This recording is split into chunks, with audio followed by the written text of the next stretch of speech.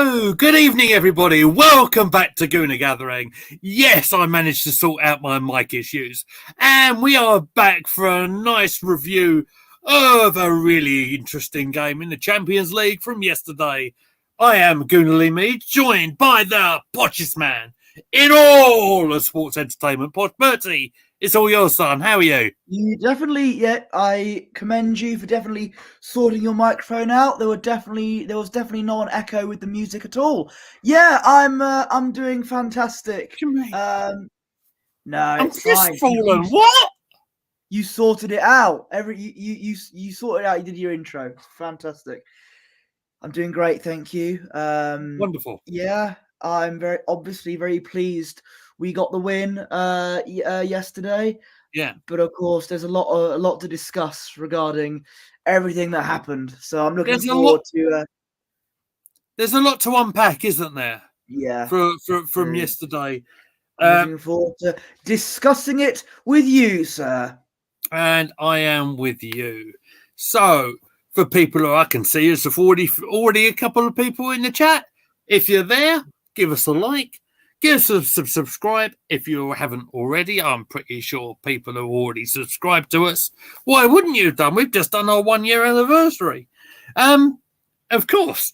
All right, let's jump into it, Posh. There's one place I want to start, and it's something I haven't spoken to you about just yet, and I should have done. I apologise. It's just to pay my respects to the Everton chairman, Bill Kenwright, who passed away yesterday. Very much a man who was his legacy at Goodison Park will always be remembered.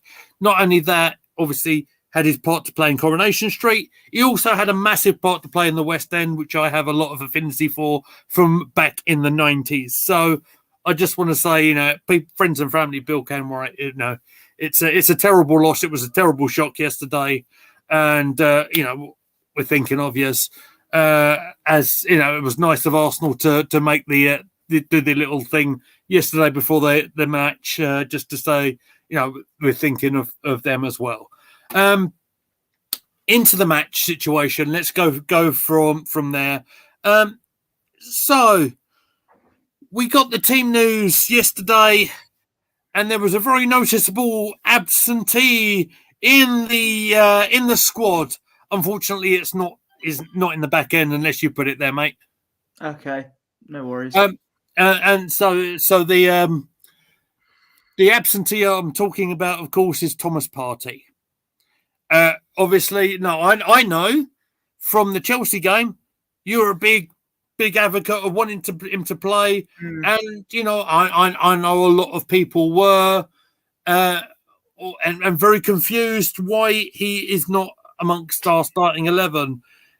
So it appears that we've gone past the Chelsea game. We've had a training session on Monday, and he's managed to have a sort of muscular injury. What were your thoughts when you saw this news? I mean, it's almost as if we don't want to know. It's almost as if we're not allowed to see the Partey, Rice, and Odegaard midfield. Almost as if that's the case. Yeah. Look, hit right. So I understand that Partey has now all of a sudden become so injury prone. But it's important to know he was never like that when he was at Atletico Madrid. Hello, AFC, always good to see you. Welcome, when mate. he was at Atletico Madrid, he was never injury prone. He comes to Arsenal and suddenly he's one of our most injured players. Would you say this wasn't an issue with him? I'm going to say it is down to a issue with some of the physios that we have. I don't know what goes on there. And why he suddenly picked up all these injuries. And what I just noticed is the moment it was announced Partey won't be in the squad, so many Arsenal fans took to social media saying, get rid of him in January. It's untenable. It's not right. Mark my words, if he leaves, whether it's in January or somewhere else, he will never get injured again, and he will become one of the best defensive midfielders in whatever league he plays. I'm telling you, that's what I think is going to happen. So I'll break off 2 seconds and say good evening to Red Bull Vodka. Thank you for joining us again. Always lovely to see recurring names coming into our chat. We really appreciate your support. Right. So look, I'll add my 2 cents worth if you want. Look, Partey, I really rate as a player. You will know that, but there's always been a bit of a question mark for me, and it's been within the last sort of 6 months, in terms of sometimes you get an injury and then it's really difficult to get rid of. The other thing is age as well. I'm not trying to be, beat about the bush about it. He's one of the senior players in the squad. Sometimes when you pick up an injury like he might have done previously, it's kind of difficult to work your way back. We've seen that before in a lot of players. It's really unfortunate. I'll say that much, especially as it seems like he's got some good news on the way. I believe he and his new partner are expecting a child, which is fabulous news. And I'm really pleased for him in his circumstances that things are looking good on that front. Look, we'll see. We'll see what happens. Whether he's available. I've not heard anything more from Arteta other than that he picked up an injury in training on Monday, I believe. So I'll keep my eyes on that one, and maybe we'll return to the Partey situation maybe later in the week. Red Bull Vodka says in the chat. Let me just put the comment up. I've got that. Yeah, it could be training methods. Timber was never injured at Ajax, but got injured in his first game of the season. Yes, he did. In terms of first Premier League game, of course he did against Forest. ACLs unfortunately can hit anybody at any time. We've seen it all through the game. Unfortunate, yes. Could we do anything about it? I don't know. I'm not a medical person. What I do know is that from Timber, what I saw of him during the pre-season and for the Community Shield, I was immensely impressed with him. And do you know what? I don't want to put any pressure on anybody behind the scenes at Arsenal Football Club or anything like that. I can't wait to see him back at Arsenal in a first team shirt. Maybe it might be next season. Who knows? But it might be sooner. But I'm really looking forward to seeing him back competing for a position at either fullback position. What are your thoughts on that, Posh? I think the best case scenario for Timber is that he returns somewhere around at the time of March 2024. Yeah. I think that's what I heard is the best case scenario. Yeah. But we'll have to see what happens. I hope he does come back sooner rather than later, because when we saw him in the Community Shield, he was phenomenal, one of the best players on the pitch, and even at times against Nottingham Forest before he got injured. And I just think if he came off at half time during Nottingham Forest, the injury may have not have been as critical as it is now. But it is what it is, and it's hindsight, isn't it, mate? I just hope he comes back. He comes back sooner and comes back stronger, because he was a fantastic player for us in pre-season and in the 2 games where he played. Absolutely agree, 100%.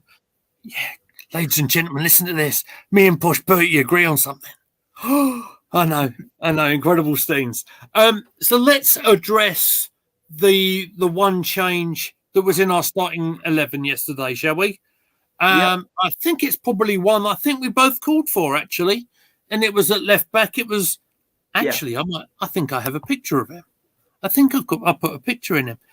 Tomiyasu, the Japanese international, got a much deserved place in the starting 11. There he is. for yesterday's game. Were you happy with that decision? I think I know the answer to this one. I was very happy, and he came in place of Zinchenko. So we didn't see, as far as I was aware of watching the game, there wasn't much inverted stuff going on, which Tomiyasu's much more of a defensive-minded player than Zinchenko is. And it was very good to see him in the 11. And you know what? He performed brilliantly in that game. He was really good, and I actually think maybe he can become a consistent first team player, playing more often than we've seen him. I really do think that the past few games he's been involved in, he's been excellent, and long may it continue, because there were very good defensive performances. It was good defensive performances from us in most of the game yesterday, but Tomiyasu in particular was really good, and credit to him. Brilliant. Absolutely. It was a big call to bring him in. So I'm just trying to load up the chat. Niall Kane is in, so says hello and good evening, gents. Tomiyasu played very well. Don't want to see Zinchenko playing at left back, says AFC forever. Niall Kane says brilliant win for Arsenal, and United, of course, got out of jail against Copenhagen, of course.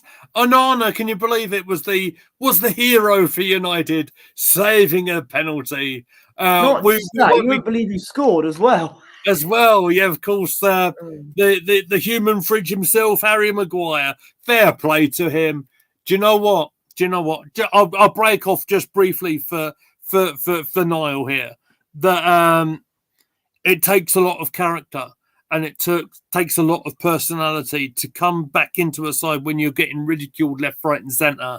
Obviously, Maguire has been in that centre-half position at United for the last, I think, 3 or 4 games. And fair play to him for getting a goal. I haven't seen it yet, in fairness. Obviously, I've been focusing on the Arsenal display. Kind of difficult when you don't have the TNT and all that sort of stuff. But I've tried to figure out my way through. The YouTube channel is very helpful. So I have seen the Arsenal game. Don't worry about it. But well done, United. They got the result there. And Niall says, hope Jesus is okay for the weekend. Of course, I think we all do. Right, let's take a breath. Right, okay. We were speaking about Tomiyasu. I think he had the first opportunity for Arsenal to make a mark in the game. Although I do think he did stay more of in a left side sort of position. He did have our first shot on, to threaten the Sevilla goal on yesterday evening. Did you see this? And what did you think of his movement? I thought like I said, I thought he played very well. Was it the first chance of the game, or was it the chance that Martinelli had when he was 1-on-1? I can't remember, but Tomiyasu I think the Tomiyasu one was first, I think. Okay, but it was early on in the first half. Yes. Yeah, as I've mentioned. 4 or 5 minutes in, I think. Okay. Yeah, again, very impressed with Tomiyasu, and I'm not going to ridicule him too much for missing that chance. He's a right back after all. You don't expect them to find the back of the net time and time again. But in the first half we looked all right. We had a couple of good chances. It only took until the last kick of the first half to score. We'll get to that later. But going forward, Tomiyasu looked good, and defensively he was brilliant. I can't sing his praises enough for that game. Well, my goodness me, I think we're 2 for 2 here, Posh, because Tommy, I thought was fantastic again yesterday. I do believe he got certainly the official Arsenal Twitter X, whatever, man of the match thing yesterday, and he was well deserved. He was phenomenal. I thought. I think there was 2 exceptional players, perhaps 3 or 4, because then I can include Rice, I can include Martinelli, and then I can include Jesus as well. Yeah. we'll unpack everything as we go along. You said the Martinelli one-on-one chance in the first half. I thought the goalkeeper actually did phenomenally well here to keep Martinelli's shot out and keep it 0-0 at that stage. Yeah, absolutely. I think it was. I think you do have to end up scoring these chances, but again, I think the keeper did well there. Maybe Martinelli could have been a bit more aggressive with the shot instead of just kicking it almost straight at the keeper. But in one-on-ones, it's, I mean, difficult. I'm not a goalkeeper, let's be honest, but You're a keeper in my book, son.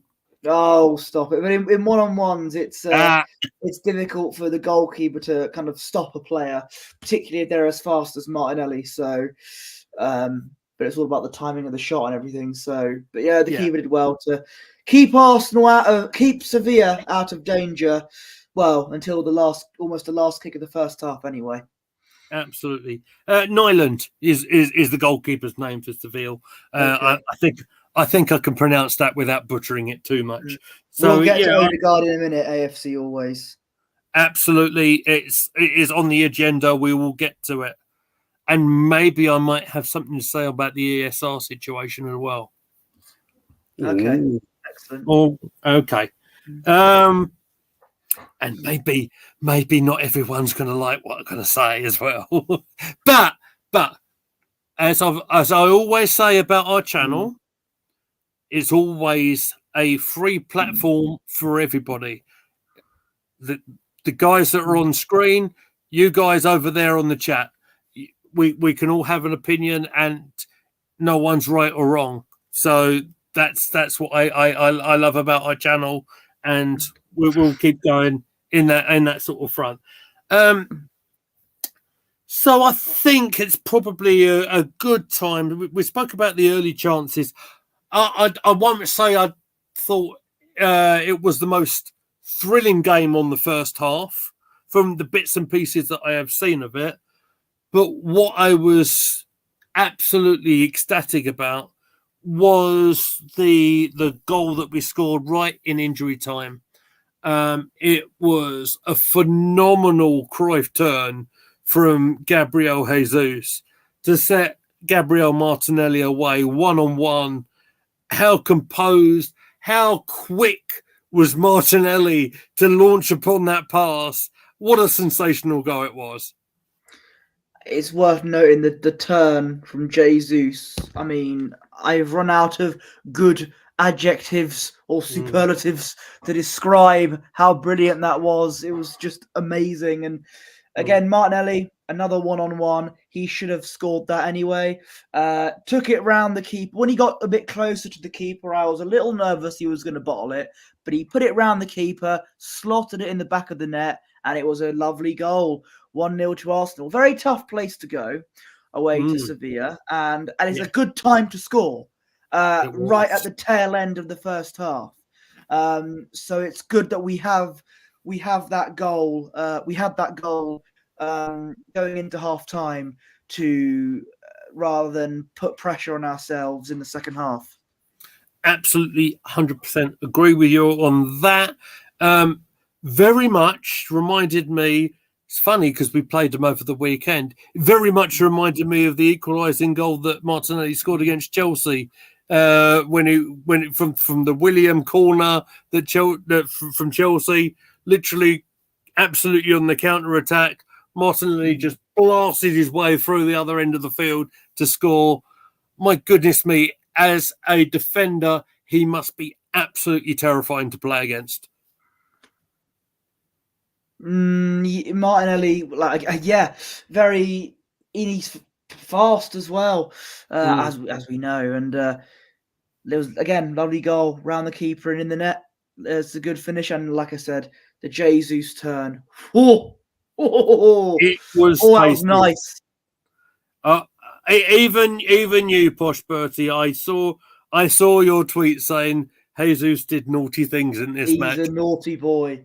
He is a naughty boy. Brilliant, and Yeah, we'll get to the second goal as well. That's when I said he's been bloody naughty.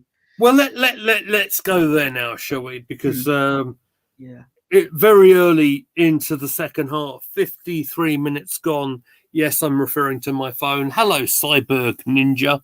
That's an amazing name. I love that. Thank you for joining us. So I'm trying to just very quickly trying to find who played that last pass to him. If I can see it, was it Declan? It was, wasn't it? Declan. Okay. Yeah.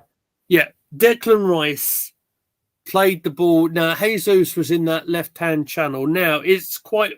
I've said this quite a lot that Arsenal playing the way they do with the three up top players, especially having a centre forward of sorts, Jesus in this case, and having two very, very quick players on either side, like Martinelli and Saka. They can very easily interchange, and they can change position and all this sort of stuff. So in this situation, Gabriel Jesus ended up on the left-hand channel. Yeah, Declan Rice, and he seems to be able to do it every single game. Despite coming off a maybe not his strongest performance for Arsenal on Saturday against the Blues, to Chelsea, and he's still come up with a return. He managed. It wasn't his best performance, and yet he was still getting praise from a lot of people against Chelsea. So, yeah. Well, to have the composure and have the ability and skill to be able to shoot from such a distance was absolutely phenomenal for me. So in this situation, Rice managed to find Jesus on the left-hand side, who managed to basically bag all the defenders on that left-hand side, cut inside and launch that curling shot into the back of the net. We were in Wonderland. Hello, Spencer. Welcome in. Hello. 3 points for Arsenal. Musical notes. It was for, you could probably describe it better than I can. First of all, you might want to get the modding powers on here. I'm on it. There we 2 go. seconds. But as I was saying, here's a fun fact for you all. 71% of Earth is covered by water, and the rest is covered by Declan Rice. Again, in this game, really brilliant. Running out of good words to describe him throughout this season. There was one time in the game where he was almost running the full length of the pitch with the ball, trying to start a counter-attack on his own. The strength that he has is brilliant. I actually think £105 million is a bargain for him. It's an absolute bargain. He's always been one of our best players consistently in our games, and it's so good to see that we've got him. Without him, I don't know where we'd be.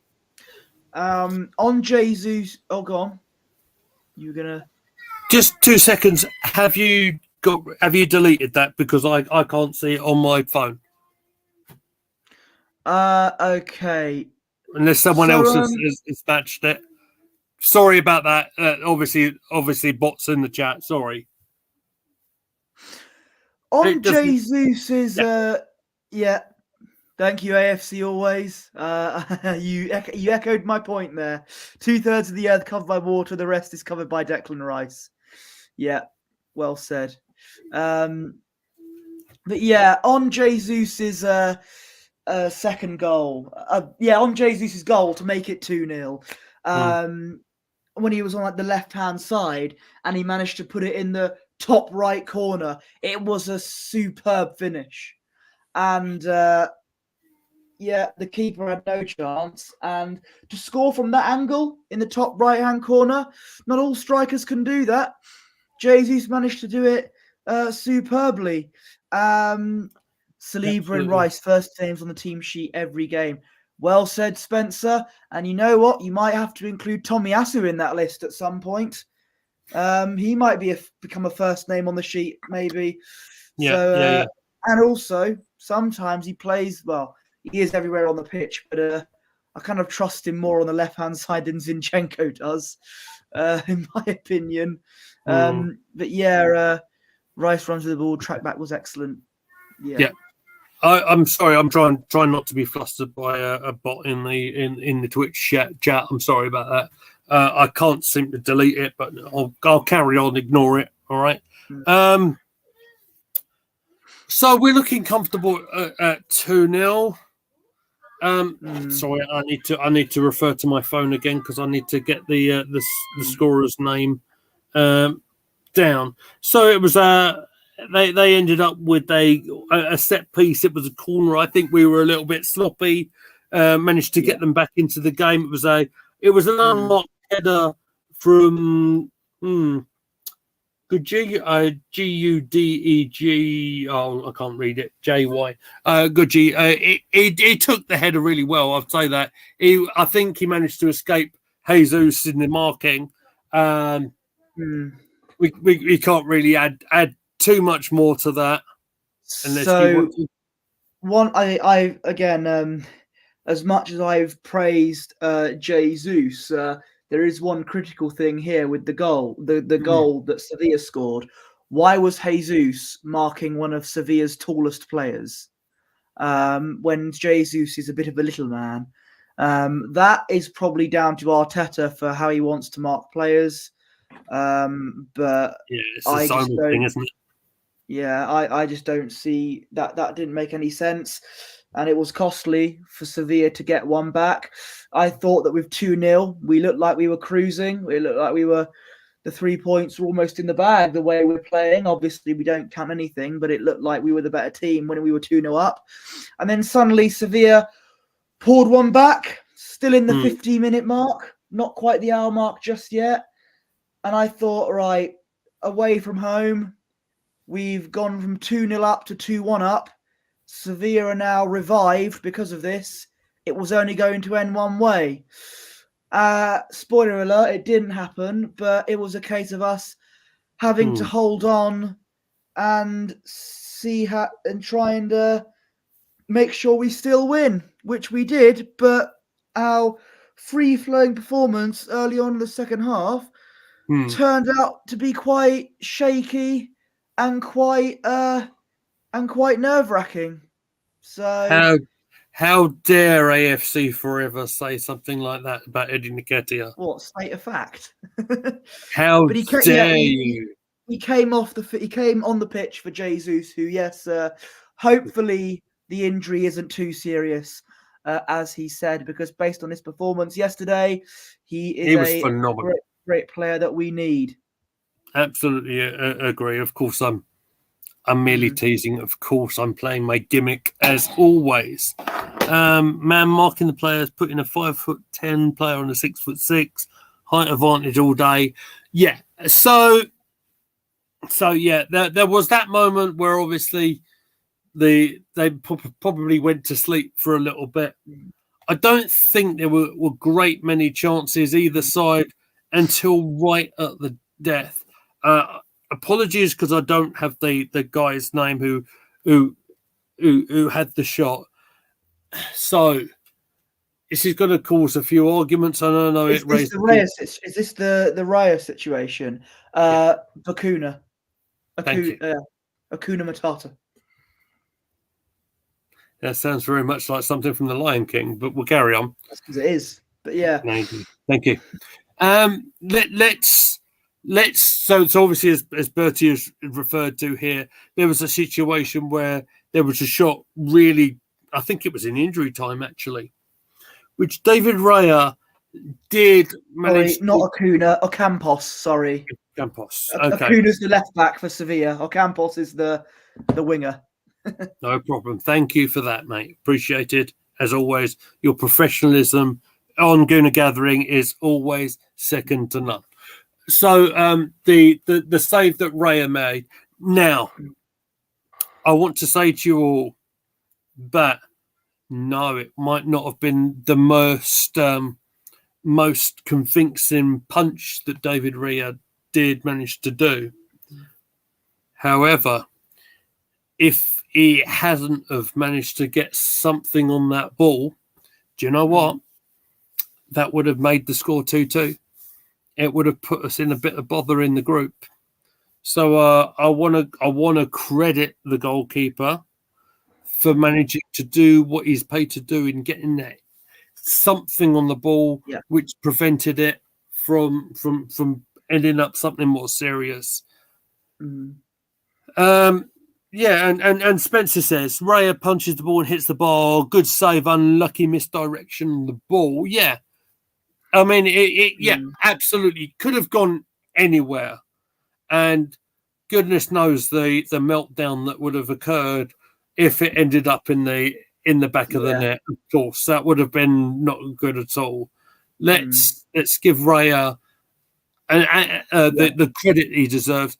And I said this last week as well.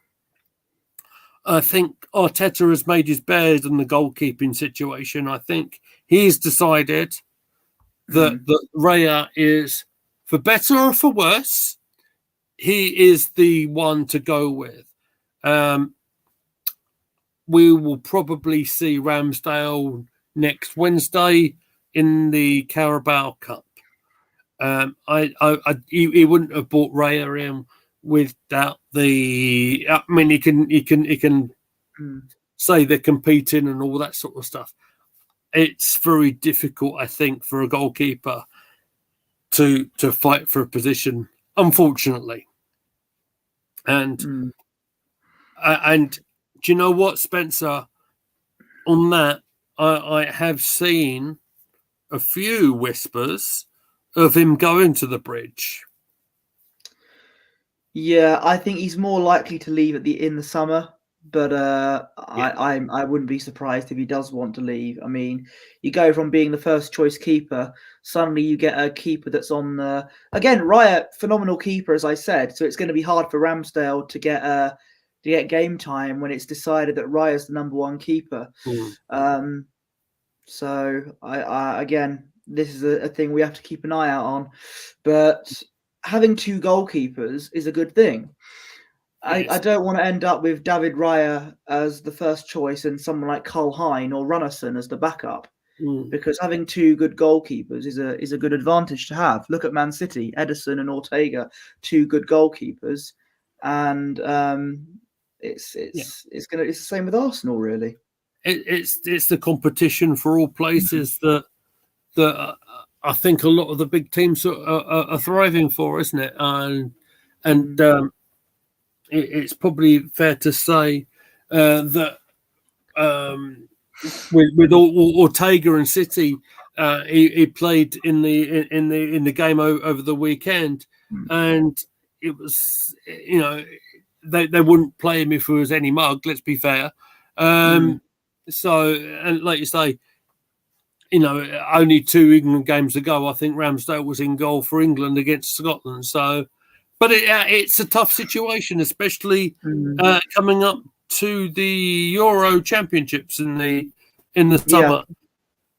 Can't blame him. Ramsdale has made mistakes, still gotten to the point where we are today. Very unfortunate, as I don't truly see a big difference between the two. There you go. That's a really interesting viewpoint. I hear a lot of that same sort of view all around the place. So let's. We've covered all the really good bits. Ramsdale conceded most goals from errors last season. That's interesting. He gives all away to the opposition. I think 2 times. I remember. At least twice, the Bournemouth and the Southampton, right? I'm thinking of not giving the ball away, but I'm thinking of the Fulham game where that was mainly to do with Saka, who did the back pass, and then Ramsdale flopped like a fish. But yeah. And then of course, so the one I just mentioned, the Bournemouth one in the first 30 seconds, and then the Southampton one, which you had to cover on your own in the first 17, 18 seconds. Yeah, exactly. I want to say that, look, as I did say before, I'm going to repeat myself just on this one. Look, Arteta has made his bed on this one. He's obviously made a decision who the first team goalkeeper is. Look, I love Ramsdale. I think he was a phenomenal keeper over at Sheffield United as well. I think Arteta sees Raya slightly better with his feet, and that's why he's in that position. I think we're going to have to get used to it, frankly. We'll see Raya. Ramsdale on Wednesday next week, I'm sure. The long-term future, of course, is to be decided. Okay, but I'm saying if Ramsdale leaves and then Raya gets injured, if we end up having Karl Hein in goal, no one who called for Ramsdale to leave better moan about the lack of squad depth. Excellent point. Really good point. Karl Hein, of course, has not really played much first-team football, so he's very much an untried in the top level. And when you are in a title race, when you are fighting to come good in all the big competitions, you don't really want to be looking at the rookies. That's interesting. That is really interesting from AFC always. The Carabao Cup is the trophy I want to win this year. And do you know what? I understand it. I understand. We had a really good conversation with Spencer before the season started. And it was talking about momentum. It's talking about that winning mentality in saying, look, there's all these trophies to win, and look at Manchester City, for example, right? Who have picked, or pretty much exclusively won it over the last few years, give or take the previous, right? So yeah, it sort of breeds success, if you like, and success in football is all to do about picking up the trophies. We know this. We have discussed this. Despite how well things were last season, ultimately we couldn't get things over the line, and that moment of, you're either at Wembley Stadium picking up that bit of silverware, or in the league picking up a league trophy. It never happened. So yes, absolutely. I hope to see us picking up a whole load of trophies. Why not? We've seen the Manchester clubs do it. Why can't we? Exactly. Right. I'll try and catch up with the chat if I can. I'll go to Spencer first, and I'll keep that there. I'll just say, excellent point. Why I am wrong on Ramsdale leaving in January. 100% spot on. That's why he's wrong on Ramsdale. He may request to leave, but he probably won't let him. Helps establishing winning culture, yes, and a desire to be hungry for more. And Emerson Cosier's back in with us and saying, hi guys, do you think the goalkeeping coach has a say in the backroom staff meetings after match at the training ground? I would imagine the goalkeeping coaches will have conversations with Mikel Arteta and the other people alongside him. Absolutely right. Yeah, I would have thought so. There would have been lots of discussions, probably prior to Raya coming to the club on that one. Actually, what do you think? Yeah, I'm not sure. I'm at the training ground. I don't know who has what say. I don't know about goalkeeping coaches or anything, but I'm not the best person to ask that question really. AFC always says that was Carabao Cup was Jose and Pep's first trophy they won. Yeah, it was. And Spence says, Emerson, I'd like to think your specialist coaches have a massive impact on the training ground. Yeah. Again, I don't know what happens in the training ground apart from Partey getting injured, but we'll see what happens there. Was he injured on the training ground, or was he injured celebrating the gender reveal? Oh, I mean, you just know if that actually happened, that would be such an Arsenal thing to happen. His hamstring on a. Yeah. Wouldn't it be? It'd be just like someone getting injured on an ironing board, or slipping over and outside on an ice patch, wouldn't it? So look, I don't know. We went there. I'm going to go with as maybe what's the word? As gullible as I might be, I'll just take it on Mikel Arteta's word from yesterday and just say he got injured on Monday, and we'll kind of leave it like that. I did hear obviously a few other suggestions why he might have not made it to Spain. So if it's a hamstring injury, if it's a muscle injury, we will soon see on Saturday, because I'm going to talk about this as well regarding Gabriel Jesus in a moment, that any sort of muscular injury is going to probably rule you out for at least 2 weeks or so. So we'll see if he's involved in over the weekend to discover the seriousness of what's going on, and I'll probably leave it at that. So let's go to Spencer and saying, that's interesting. Serious discussion about Partey. Time to move on and find a replacement. Whom is available? Charlie Patino or Zinchenko? Anybody? If we need a physical player in that position, and Partey is very good at that. I think a player that was linked to us was Fofana from AS Monaco, who I think is a good player. Again, much like Partey, has got good strength, good physicality. But I just think that I think that if Partey ends up going, he won't ever get injured again, and he'll turn out to be a really good defensive midfielder and just phenomenal. Because when he was at Atletico Madrid, he was injury-free. Comes to Arsenal, he's our most injury-prone player. You know, Jack Wilshere Mark II.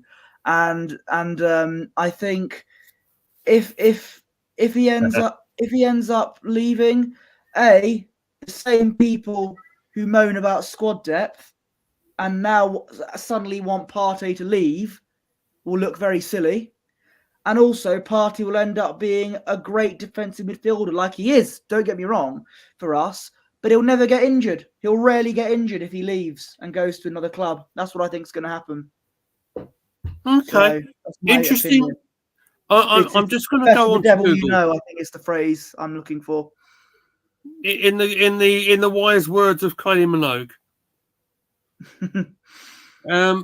I'm just going to have a quick Google on Partey, because I want to be accurate on what I'm about to say if I can. And in the meantime, when you do that, I'll answer AFC Always question that says, why give Reece Nelson the new contract if he doesn't play games? I don't know. He is more of a backup player, is Reece Nelson. That's how Arteta sees it. I think we will probably see him on Wednesday against West Ham. That's probably my opinion.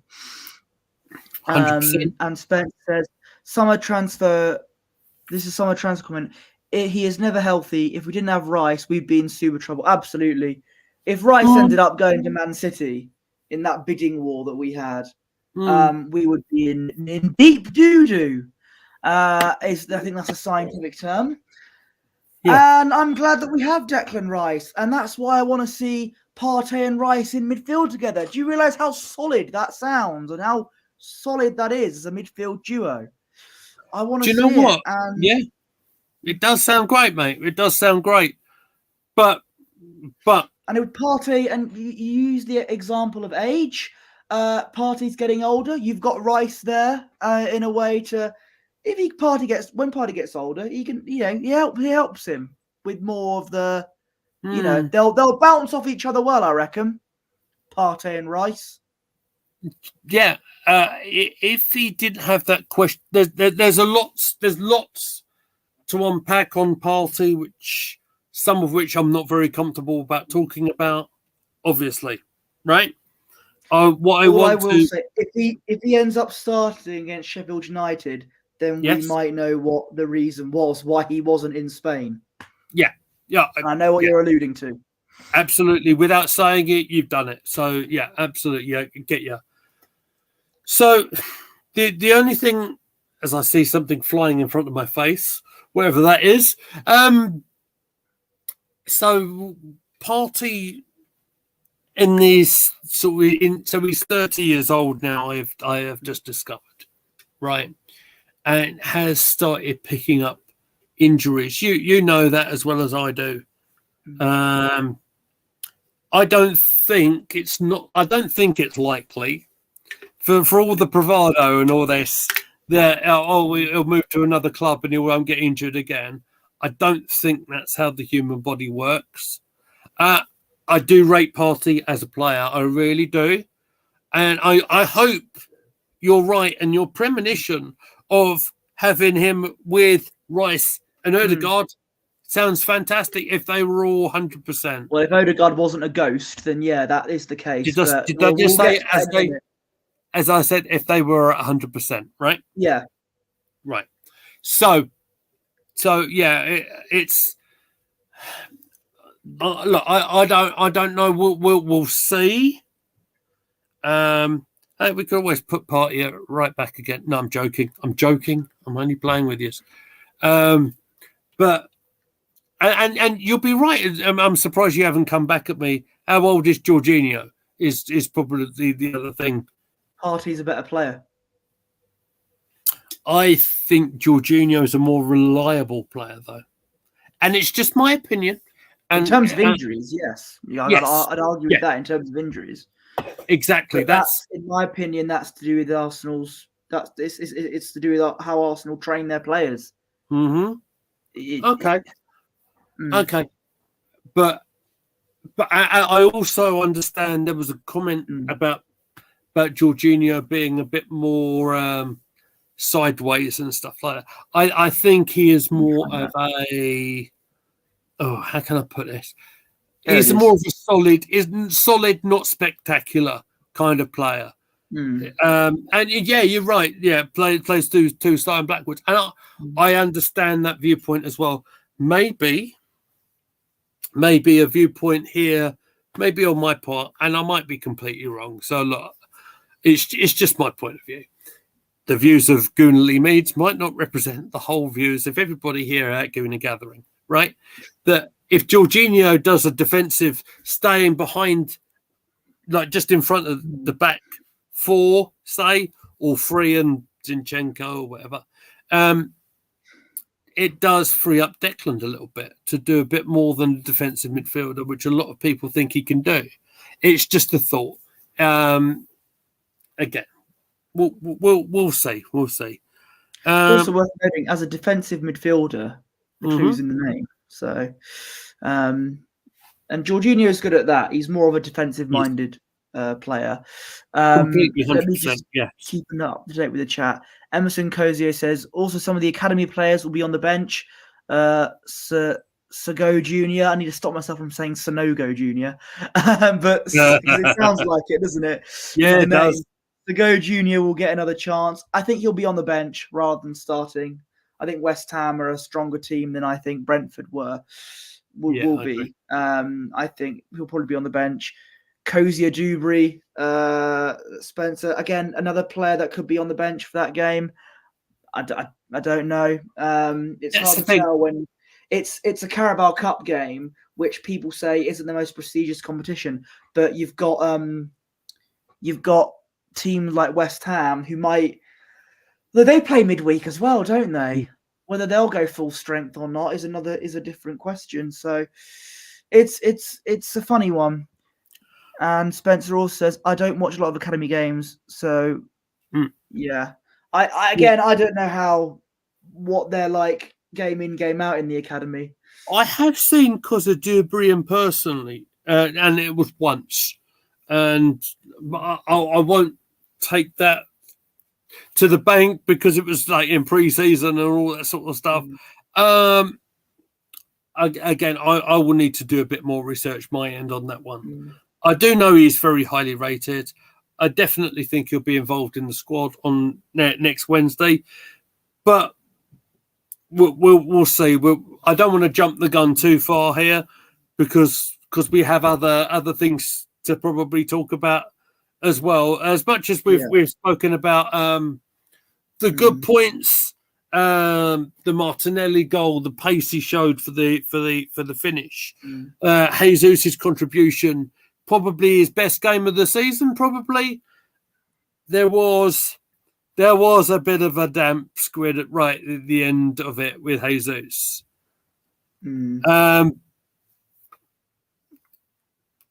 And sorry, I just got distracted by the chat just for a second. Are you telling me that you are related? Oh wow, is it the case? That's interesting. Or are you just winding us up? I don't know. Well, possibly. I hope it's a good coincidence. Quite a coup if you are. Well, and if Cousin Dubry is in the chat as well, welcome to Gooner Gathering. We do appreciate you being here. So, right, I'm going to compose myself and get back to it. So for Jesus's great performance, and it was really good. There's a couple of moments he did have were phenomenal. Wow. Okay, we have confirmation there from Spencer. So so Jesus did appear to have a bit of a hamstring issue on the at the end. I think he got replaced about the 80th minute or so. But every cloud does have a silver lining, as we know. So your defense is in trouble when Nketiah was in the rooms. So yeah, and he started fouling everybody. That's all he did. I mean, getting stuck in, fair play. He did. But I mean, we'll see. We'll probably see the Nketiah for getting the goals against Sheffield United on Saturday. That's my feeling, because I actually feel that he will get the start. I will say this: encouraging signs from Gabriel Jesus himself on the back end of the game yesterday. He did do an interview for TNT Sports. He did suggest that, he did feel something, but he did manage to sort of get off the pitch without it doing too bad. So, look, hopefully we'll see him soon. Look, Sheffield United, I want to say that, although, they're bottom end of the table, of course, and they did have moments against Manchester United last weekend. I want to make sure that's absolutely clear, and I'm not going to be taking them lightly. The top end of the field, there's other places. Still time. It's all right. You wait till he scores about 7 against you. Sheffield. I'm joking. Erling who? Exactly. Good point. I might even make him captain on my FPL just for the gimmick. Triple captain. Oh, shall I? I mean, look, I need to get plenty of points on the FPL team. I'm floundering down the table, so I will consider that. I'll consider that before we go on the field on Saturday. So with the injury concerns, there was another. So we got Jesus, who clearly probably won't play. I want to bring up Bukayo. Everyone, no one likes a show off. Spencer says I'm still at first place, I believe. Bukayo Saka, I want to talk about just briefly. We said on Saturday during the watch along against Chelsea, doesn't look right, at all. There was a moment I did forget and fail to bring up, which I probably should have done, and I didn't see it on live. Equalizer. He had the captain's armband around his arm as he put that cross in for the equaliser. So, yeah, it was Saka involved in that play there. Yeah. Yesterday, I thought he struggled again. Yeah. And I'm never too harsh on him, because the bar with Saka is very, very high, I think. If you understand what I mean, because we've seen so much from that young lad very, very early on, and this might be the first sort of time where his form's really starting to suffer a little bit, with a few niggly injuries and all that sort of thing. I might be in a place where I'd be thinking perhaps I wouldn't actually play Saka at all on Saturday this week. AFC always wouldn't have started Saka last night. Again, I made the argument of I could see him starting and probably not in the squad against Sheffield United. I probably won't see him in the squad for West Ham either, so he needs a week to recuperate. But I just think maybe there's still a bit of problems regarding a potential injury that he has. I just think he's getting overused. He needs a rest, and I think he can perform very well, but he's not looked the same player. So maybe we could do with giving him a rest, I reckon. It's not just over the last few weeks, though, in my opinion. Do you know, I with Saka, because we have so many high expectations of him. I think there's the form, during the most of the season hasn't been quite right. You're right there. Although, I mean, first game of the season, scored a world-class goal against Forest. He hasn't scored as much goals maybe compared to last season. I mean, at least a reason for him not performing as well as he maybe should be is because he might have a bit of a knock. He might have some slight injury concerns. So at least there is a reason for him to go missing from games. Hint, hint, for another part we're going to carry on. But so I just think Saka, he's still got a bit of problems around. I just think he's being overworked. He's being overworked, in my opinion. So let's bring in Spencer's comment there. I've got that. Thought Cucurella did a good job against Saka on Saturday. He did have the assist, obviously, that the part Havertz had to play in it as well was definitely. I mean, I mentioned in commentary, he come in, played quite far upfield, I felt, and I thought he did a darn good job against Chelsea. Cucurella played well against Saka. Did get the crossing, but he does need more rotation. There's, so I've just double checked before I was, so I made sure I was correct in what I was about to say. Home game this weekend against Sheffield United. So I'm thinking, obviously, so Jesus, I would probably presume is out anyway, right? Yeah. Saka, I think I would bench. So therefore, I think I want to see. What do you think to this? Trossard on the left, perhaps. Yeah. Havertz, number 9. Up front. Yeah. Yeah, again, that's where he's been best for us. So I can see your argument there. I mean, Nketiah obviously is another argument which you could have.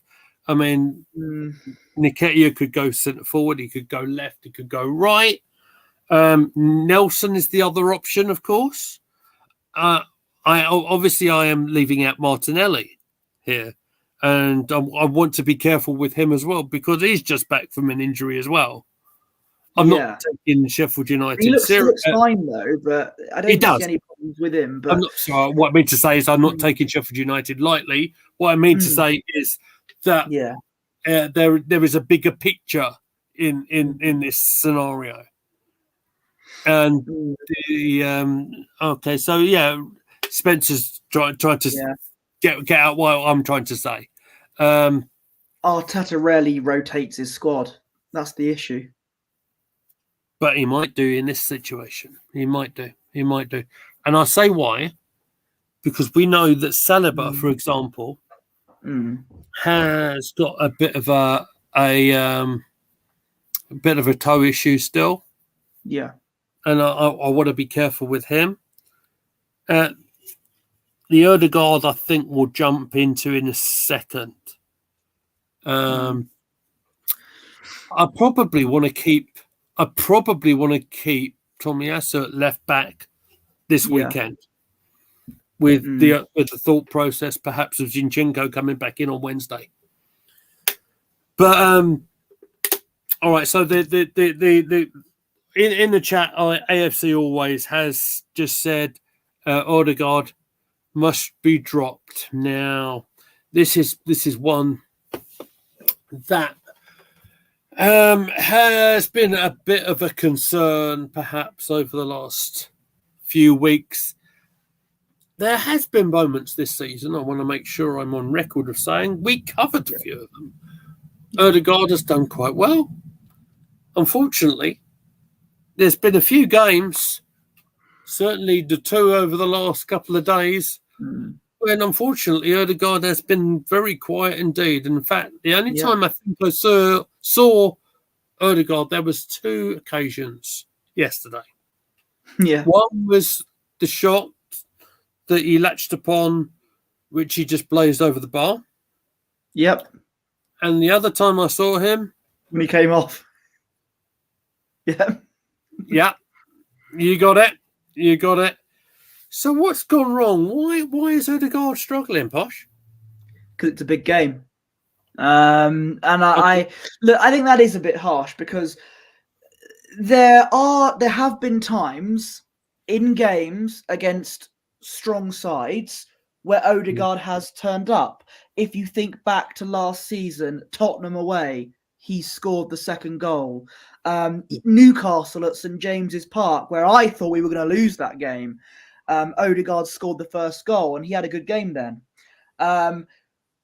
Would you include Chelsea as a big game last season? They're a big side on paper and everything. Big reputation. Yeah. He scored two. So there have been times where Odegaard has turned up in important games. Yeah. They're against Man United this season. He's done it, but there have been times. Huh? The equaliser. Yeah, straight away. 30 seconds after we kicked off again. Yeah. Last time I saw Odegaard was signing the new contract, but I think I get your point, mate. I get your point. So I've mentioned big games there, but it's a minority. I mean, you can't expect every player to perform well week in, week out again. Unless it's Declan Rice, of course.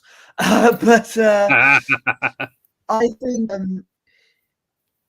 so. This is the thing. I understand people's call to drop Odegaard, maybe give the captaincy to Declan Rice, as he seems to be more of a leader, and he's probably one of the best leaders in the squad. But here's the thing: against Sheffield United, that is a game he'll do well in. So I would probably. I can. You want to play him back into form, is what you're saying, right? Well, I think the reason why I'm not immediately saying drop him on Saturday is because a game home to Sheffield United is a game that Odegaard, on paper anyway, will do well in. I mean, in my opinion, when it comes to games like against Man City, for example, or against another big side, then I would think about dropping Odegaard, playing, I don't know, someone said on a certain Arsenal content creator stream, play Zinchenko in Odegaard's position and he'll perform better in that position than he would do at left back. I believe Spencer's been very much an advocate of this situation as well. I'm not sure. Zinchenko, I have seen play a little bit in that role for the Ukraine. I don't know if he's physical enough for the Premier League in that position. That's my only concern. He has the ability on the football. Absolutely, he does. He's played that way for Man City. I think he's more of a defensive midfielder, though. Again, but I always picture him on the left side. To be honest, that's where I've always seen him. I want to say absolutely AFC always. Tony Adams, Arsenal's greatest ever captain. 100%. Totally agree with you. Tony is my absolute idol. I love that man to pieces. And there's no one who represents Arsenal better than that man. Absolutely in my lifetime, certainly. The chat is getting busy because there's obviously. When it comes to the bigger games, there is an argument of dropping Odegaard, maybe get Smith Rowe back into the fold because I like a bit of ESR action, and give the captaincy to Deckers. He's been more of a better leader, I think. Does he need it? Qualities. Does he need it? Because what I mean is, he suits the captaincy. Yeah, you don't have to be having the armband to have leadership skills. What I mean is, there are other people in this club that have been there quite a bit longer, and I get the argument. You just want to see Nketiah as the captain again, don't you? I am not saying that, sir. I am not saying that at all. This is actually me with my serious face on. Okay, I'm not messing about with you here on this one. I think. Look, I do see maybe in the future Declan will become a captain for Arsenal. I do think there are other people. We saw Jesus with the captain's armband yesterday, briefly. People like Gabriel, I think, is a really good leader in there. He's probably the next in line, I would imagine. I don't see Saka getting it on a regular occurrence. I know he did at the back end of Chelsea. I don't see that happening really. I think he does his leading by example, by what playing with the ball, etc. I don't necessarily see him as the most verbal kind of guy in the dressing room. I might argue he might actually be too nice for it. Odegaard, did you say? I said Saka on that. Yeah, I also. But yeah, you're right. You're right, because I don't think Odegaard's the most vocal either. I was gonna say his age, but Declan Rice is 2 years old, only 2 years older than him, so that's not a good argument. He could be a young captain. Tony Adams was a very young captain for Arsenal. I think was he 19 or 20 when he got the armband off Kenny Sampson? Don't ask me. I wasn't around in that time. I think I'm about right there. Someone like Jez will be able to tell me right on that one. But I so obviously I wasn't watching right at the time then, but I know he took it at a very young age. I also know that he played pretty much week in, week out without any criticism because he was the captain. Perhaps because he turned up in games. That's why. Turned up in the big ones. There would have been games. Yeah. There was massive press attention on Adams, right? And he had a poor game, say, for England, and they were calling him a donkey and all this sort of stuff, right? Adams always played for Arsenal, always. I don't think there was many occasions at all when he was put on the substitutes bench. Thierry Henry as Arsenal captain, Patrick Vieira as Arsenal captain. Were they ever dropped? I don't know. Not very much. Not very much They at all. consistently, because when it came to the big games, they turned up and they led. And that's what I'm saying. With the Odegaard thing, the Odegaard point is no Patrick Vieira. He's no Tony Adams. He's and not even close to James Maddison. Oh God, we're talking about the Spurs again, aren't we? Oh no, I'm not talking about Spurs. I'm talking about James Maddison as a player. Look, what I mentioned. Yeah, look, I'll say this. I don't really want to keep on going on our channel and talking about a Spurs player because it makes me feel dirty. But in all seriousness with you, right? James Maddison, phenomenal talent. And he has been consistent all the way through the season so far for Tottenham. Could we have gone for him? Yeah, probably. Cheaper, but we didn't, unfortunately. And I'll leave it at the door. It'd be interesting to see how he lasts the season, and it'll be very interesting to see how Tottenham do against the very high end. They've got some very, very difficult games coming up. Right. Spencer says Leicester got relegated with Maddison. Yeah, because he was around bang average players. Then he goes to Tottenham around better players. And the same would apply to Arsenal. He would have been around better players if he went to us. We weren't going to get relegated. Hope not, anyway. I'm always very wary of hearing people say that because my ears prick up and I just think of the worst. Remembering 2020, losing to Burnley. You're not wrong. You're not wrong. Right. I think I probably need to catch up on the chat a little bit because I've got comments coming out my ear holes here, mate. If you could carry on with the chat just for a minute, mate. Go for it. So AFC always says Maddison is better than Odegaard. I hate to say it because he's a Tottenham player, but I agree with you there. Probably best signing of the Premier League season so far, in my opinion. Spence says, I see in ice hockey they have a captain and a vice captain, assistant captain. They have vice captains in FPL as well. Fun fact, but do they have vice captains in football? Yeah, I think so. I think we have a group. I think we have a group of leaders in our dressing room, as do a whole heap of like for example, let's look at Man United. Maguire was their captain for a long time as their club captain, right? And of course, Fernandes took it for the vast majority of the last season because that season just gone because he was out there on the field.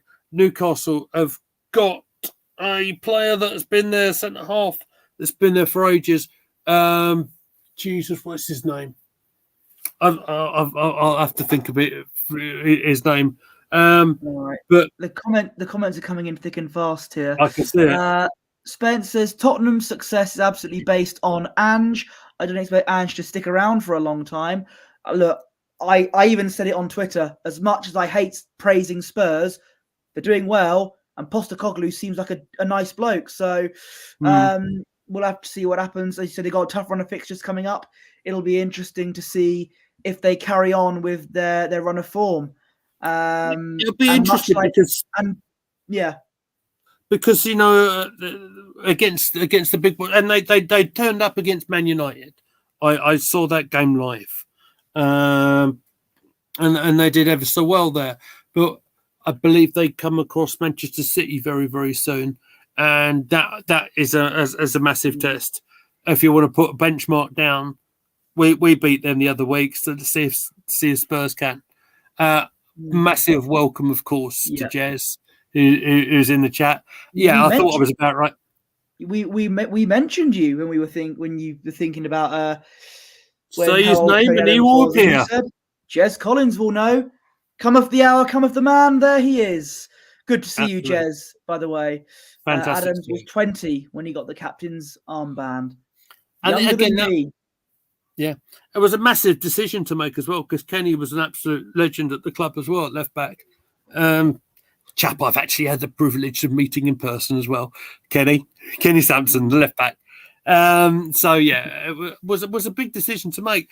Whether Ødegaard can maintain having the armband or not is a massive decision to make, isn't it?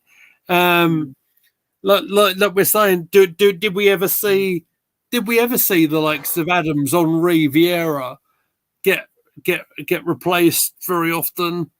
Probably not much. So but the argument is, don't compare Ødegaard to Henry and all those players. Oh yeah, not. No, again, Ødegaard is Ødegaard. They're a different gravy. Different gravy indeed. Yes, absolutely agree. Absolutely agree. So where do we go from here? Well, I'll tell you where we go from here, mate. We go from Champions League to bread and butter. We go to Premier League. We go to Sheffield United. Well, Sheffield United come to us in actual fact. So what are your expectations? I think we are going to make some changes in this one, despite the cup game coming up on Wednesday, because obviously I think yesterday was quite a bruising affair and quite a lot of the players. Yeah. What do you think for the weekend coming up? First of all, let me just bring up this comment here saying we would have done the Invincibles in '91 if Tony Adams wasn't in court when we lost to Chelsea. Yeah, I know exactly what he's referring to. That's a what if moment. Spent time about a mile away from me, right down the road here. Everyone loves it here in sunny Chelmsford, I'll tell you. Oh, they get up to everything there, and I should know. I've been there with you. Absolutely, we had a jolly nice time too. We did the pre-Havertz days when we weren't falling out with each other. There are definitely no problems with the Rockers, mate. So when it comes, it's taken us over an hour and quarter to do something like that, and I'm trying to get there.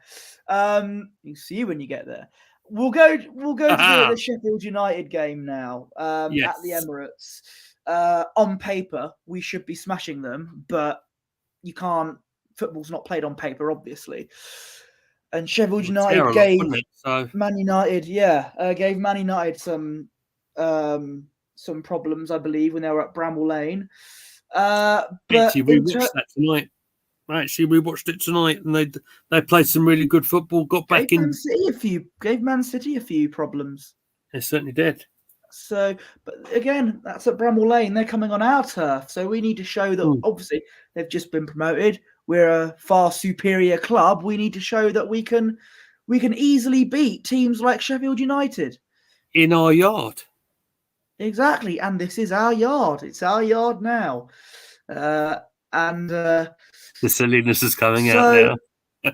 In terms of starting 11, I would expect that Raya would probably start in goal again. I wouldn't be mad at Ramsdale starting against them, but I think David Raya will end up starting. I want to stick with the same back four on Tuesday, which was White, Saliba, Gabriel, and Tomiyasu. Whether Arteta will do that is another story. I think he'll probably start Zinchenko again and drop Tomiyasu to the bench. You know what? We actually are going to agree here. The only one I want to sort of debate a little bit, just before we go on to the further forward players. Kivior, Saliba, maybe, only because of the slight injury doubt. But I do get the playing the first choice centre halves. I would probably be more sensible. Yeah, in a Premier League game as well. I think we'll probably see Kivior on Wednesday. My prediction. I think so. I mean, here's what. Here's what you want to happen. Yeah, I'll see. I'll probably get the back four we had on Tuesday at the back. Declan Rice, first name on the team sheet, without a shadow of a doubt. Yeah. I think we'll probably see Jorginho and Rice in midfield again. Now, this will depend on the Partey situation. If, as if by magic, he's suddenly back to full fitness, you know, again, he'll probably be on the bench again, won't he? But I would start Partey and Rice. I think Odegaard will play, and I would play him as well in this type of game because it's the type of game he'll do well in, as opposed to a game against a Man City or a Tottenham or somewhere like that. Yeah. I would go for Trossard and Martinelli on the wings, and I might play around with the idea of having Havertz up front in case of Jesus' injury. Yeah. Because when he has played well for us, Havertz, he plays, it's usually up front. Both times against Man City, he's done well in. So I think that might be his strongest position. So if Jesus isn't fit for the game, I'd probably put Havertz up front. And in absolute agreement with you there. He came on playing up front, sort of maybe to sort of slightly to the left against Chelsea. The game against Crystal Palace, he led the line for a little while when we were down to 10 men. You're right. I think he has done rather better playing as a striker than maybe as that. I don't want to kick on the Xhaka role and all that sort of stuff, because I think I'm past the Xhaka thing, you know? You know, I kind of enjoy the box-to-box role. Yeah. I kind of enjoy the sort of that time during the week where we don't mention Granite's name, to be honest. But this is meant to be a Xhaka-free zone. Exactly, right? And fair play to him. He's doing ever so well over in Leverkusen, so well played to you. Right. Catching up with the chat. Thank you, Bertie, for that. We should be beating Sheffield United by at least 3-4 goals, but I'm going to go for Arsenal 2-1. So what did United do? They did 3, wasn't it? 2-1. Look, I'll without 3-1 to Arsenal. Yeah, all right. I'll go for being the optimistic. I'm going to go for 5. I'm going to go for 5-1 Arsenal. It's going to be fantastic. We're going to have a good time on Saturday. Good evening to Jordan. Hello, mate. It's nice to have you here as always. What we'll probably do, I'm kind of thinking maybe Friday we might have a bit of a sort of post-press conference kind of little chat.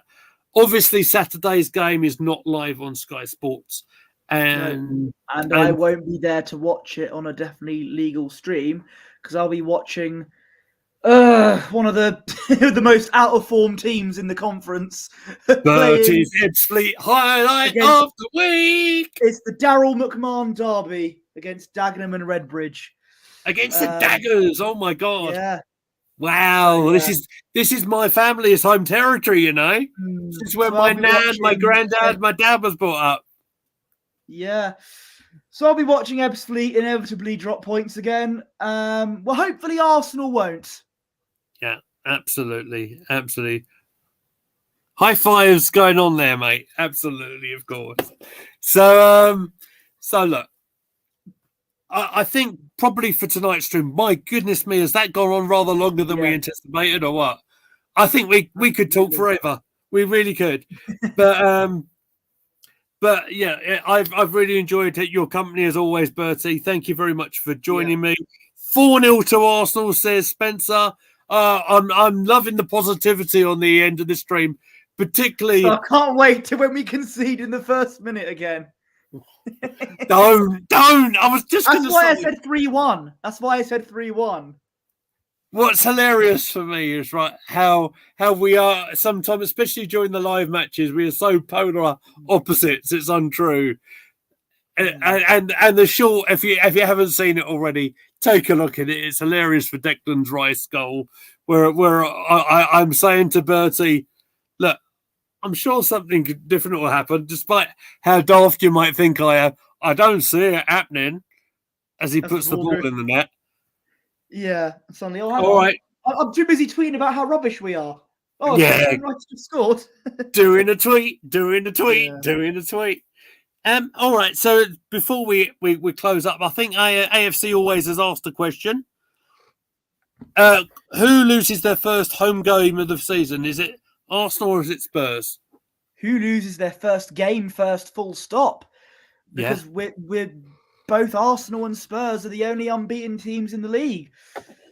Well, hopefully not us, because then Tottenham have an advantage, and the media love fest will continue, even though they do deserve it.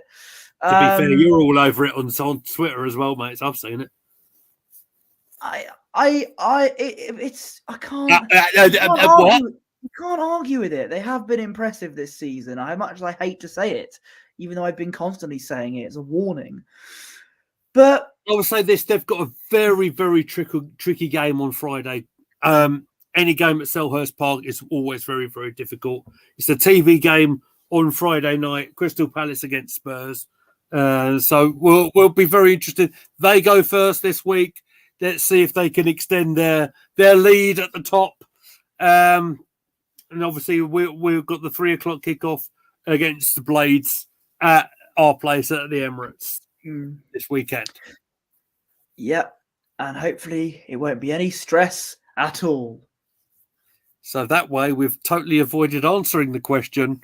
Look,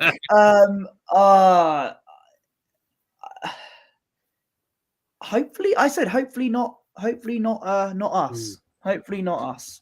Tottenham have got Man City coming up, haven't they? So, and that's at the Etihad. So we'll see what happens there. So without seeing a fixture list in front of me, it's very difficult to say. But I think have we got Liverpool after Sheffield United? I think we've got Newcastle. I think we've got Newcastle, but I'll have to check it without being really unprofessional. And as you know, Gooner Gathering is all about being professional, right? I don't want to be seen to be playing around on my phone. We'll talk about this maybe another time, right? AFC always says, "Oh no, I meant at their own ground," and Spencer will answer the question. Tottenham, of course. Let's hope that doesn't come back to bite us over the weekend. So let's all wrap it up. Thank you very much, AFC, for it. Always. I think my voice is starting to go. It's been a very, very busy week on the channel. Would you care to do your social media for us, please, mate? So you can follow me on Twitter or X at Posh Bertie. My Instagram is at Bertie Wanless, and you can find me on here at Gooner Gathering, where we watch Arsenal, so you don't have to. Thank you very much. That's definitely not our catchphrase. Maybe it is. Guys, again, it's been a massive week for us. Year anniversary. So thank you very much for all sticking with us. Been consistently lots of people in the chat again today. So thank you very much for joining us. You can find me at Goonerly Meads on X. You can find all of us at Gooner Gathering. I think there's another comment that's just jumped in. Yeah, we've got Newcastle after Sheffield United. I thought I was right. That is going to be a tough old game. I believe that is a TV game as well. We will talk about that another time. Come on, Arsenal, says Red Bull Vodka. Come on, Arsenal. It's been a great week for Arsenal. We picked up the point when it looked unlikely against Chelsea. We picked up a massive 3 points in the Champions League yesterday. That keeps it going. And we will see you on Gooner Gathering really, really soon. Take care. Thanks very much for joining us, everyone. And if you haven't already, like button, subscribe button, all the buttons all the time. Thank you very much, everyone. We'll see you soon.